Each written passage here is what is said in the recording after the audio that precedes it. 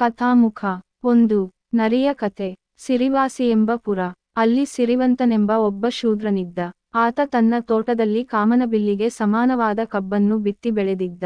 ಅದನ್ನು ಆತ ಹಗಲಿರುಳು ಕಾಯುತ್ತಿದ್ದ, ತೋಟದ ಸುತ್ತಲೂ ಬೇಲಿ ಕಟ್ಟಿ ರಕ್ಷಿಸುತ್ತಿದ್ದ. ಕಬ್ಬಿನ ಬೆಳೆ ಚೆನ್ನಾಗಿ ಬೆಳೆದು ಗಿಣ್ಣು ತುಂಬಿಕೊಂಡು ನಿಂತಿತು.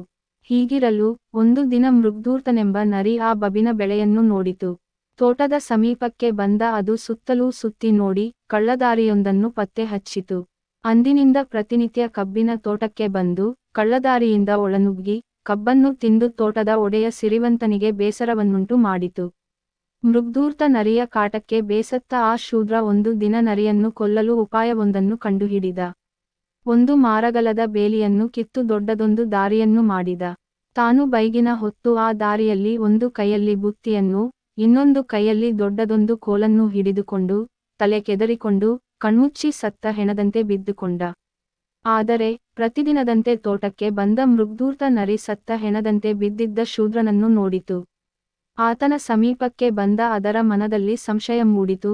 ಸ್ವಲ್ಪ ದೂರಕ್ಕೆ ಬಂದು ತನ್ನ ಮನದಲ್ಲಿ, ಯಾವ ಕಡೆಯಲ್ಲೂ ಇಂಥ ಸಾವನ್ನು ನಾನು ಕಂಡುದಿಲ್ಲ, ಈತನು ಯಾವ ಕಾರಣಕ್ಕಾಗಿ ಹೀಗೆ ಬಿದ್ದಿರುವನೋ ಏನೋ, ನನ್ನನ್ನು ಕೊಲ್ಲಲೆಂದು ಕಪಟ ಮರಣವನ್ನು ತಾಳಿರುವನೋ, ಅಥವಾ ನಡೆಯುವಾಗ ದಾರಿಯಲ್ಲೇ ಹಸಿದು ಬುತ್ತಿಯನ್ನು ಉಣ್ಣಲೆಂದು ಕುಳಿತು ಉಣ್ಣುತ್ತ ಗಂಟಲು ಸಿಕ್ಕು ಸತ್ತನೋ. ಏನೇ ಇರಲಿ, ಇದನ್ನು ನಂಬಬಾರದು, ಇದನ್ನು ವಿಚಾರಿಸಲೇಬೇಕು. ಈತನು ಸತ್ತದ್ದು ಸುಳ್ಳೋ ನಿಜವೋ ತಿಳಿದುಕೊಳ್ಳಬೇಕು.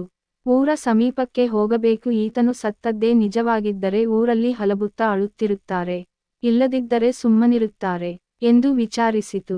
ಹೀಗೆ ವಿಚಾರಿಸಿಕೊಂಡ ಮೃಗ್ಧೂರ್ತ ನರಿ ಊರ ಸಮೀಪಕ್ಕೆ ಬಂದು ನಾಲ್ಕು ಕಡೆ ಹುಡುಕಿ ನೋಡಿತು. ಆದರೆ ಊರಲ್ಲಿ ಅದಕ್ಕೆ ಯಾವ ಕಳವಳವೂ ಕೇಳಿ ಬರಲಿಲ್ಲ.